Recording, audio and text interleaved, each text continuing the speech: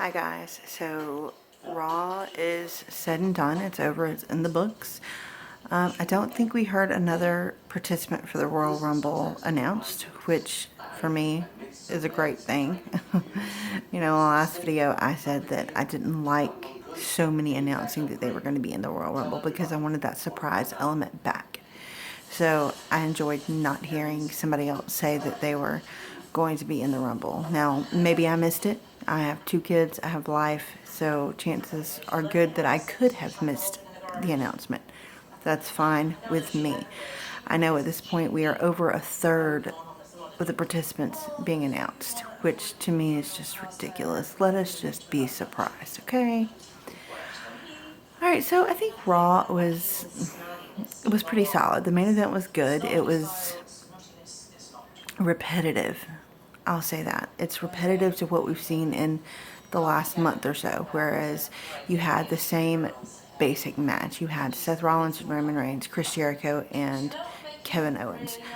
I would love to see something different. I think adding the Sami Zayn element and the Braun Strowman element to it gave it a little something, but it's still pretty basic as far as what we've seen a lot of lately.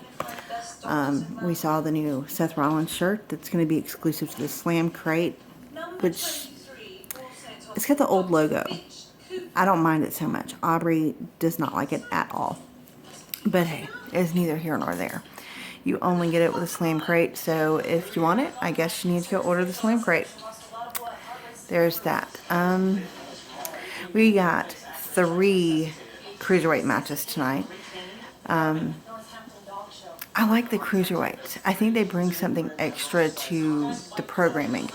However, they started out as exclusive to Raw.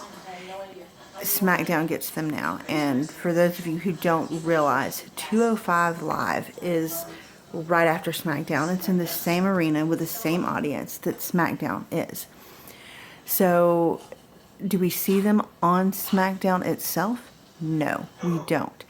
But SmackDown audiences still get cruiserweights, which for me now to say that they're exclusive to Raw is not accurate, because they're not anymore.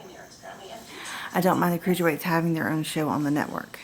I will say that. I don't mind that. I think they've earned it, and they're good enough for that. But I think if we're going to be putting 3 matches on Raw, that's what we get on a 205 Live. You don't want to make them so common that it loses its punch, if that makes any sense at all. So that kind of makes me wonder how they're going to do this European UK tournament thing. I know they want to turn it into a series similar to what they did with the cruiserweights after that tournament. So I'm interested to see where they're going to go with that. We got the footage of Sasha Banks being attacked by Nia Jax. Anyone who really follows wrestling knows that they typically will not do a well check, for lack of a better phrase, on someone like that. As far as her knee injury goes, they typically would do that check in Florida at the Performance Center before they send her out on the road to be sure that she's not injured anymore or that she's cleared to get back into the ring. I was thinking as I watched this tonight that I'm wondering what it says about how WWE thinks of their fans' logic. Surely they know that we go to the house shows. And for those of you who don't know, a house show is a show that you go to in your city, your town, whatever. It's not on TV. It could happen on a Thursday, Friday, Saturday, Sunday. It's not going to be shown on TV. You're only going to see it if you're there. The thing about this is Sasha Banks has been wrestling house shows since she's been injured. So,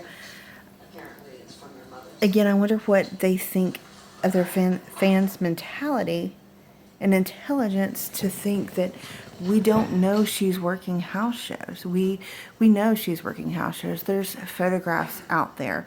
There's people who go to these shows and they see her work and wrestle and know that she's fine. Same thing with Sami Zayn. They're saying tonight's the first time we've seen him since his last man standing match with Braun Strowman, and that's inaccurate completely because he, like Sasha Banks, has been working house shows. As a matter of fact, we just had a house show in Georgia, January 6th. They were both on that show, not just here for the show, they wrestled the show. Excuse me. So it kind of makes me wonder, do they really think that we're dumb or blind, or that we're just going to be like, oh, did I really see them wrestle at the house show? No, probably not, because they're hurt or whatever. No, WWE, you've got to find another way to present this. If you want them to be portrayed as injured and unable to wrestle, you cannot let them work a house show. You just can't do it. Anyway, I guess that's about it for tonight. We've discussed Raw. If I missed anything you want to talk about, drop it in the comments below. We can take it up there. Again, if there's any videos you want to see, anything in wrestling that you want to discuss or whatever, let me know. We'll do a video for it.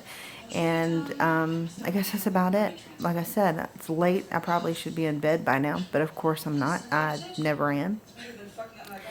So between here and tomorrow night, we will ponder what SmackDown's going to bring to us and how different it might be than what Raw is.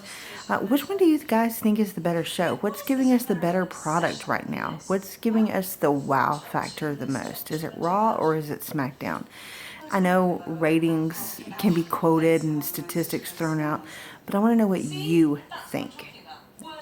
Which one do you prefer and why? Let me know.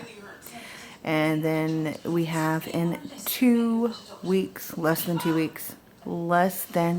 weeks, we have the Royal Rumble.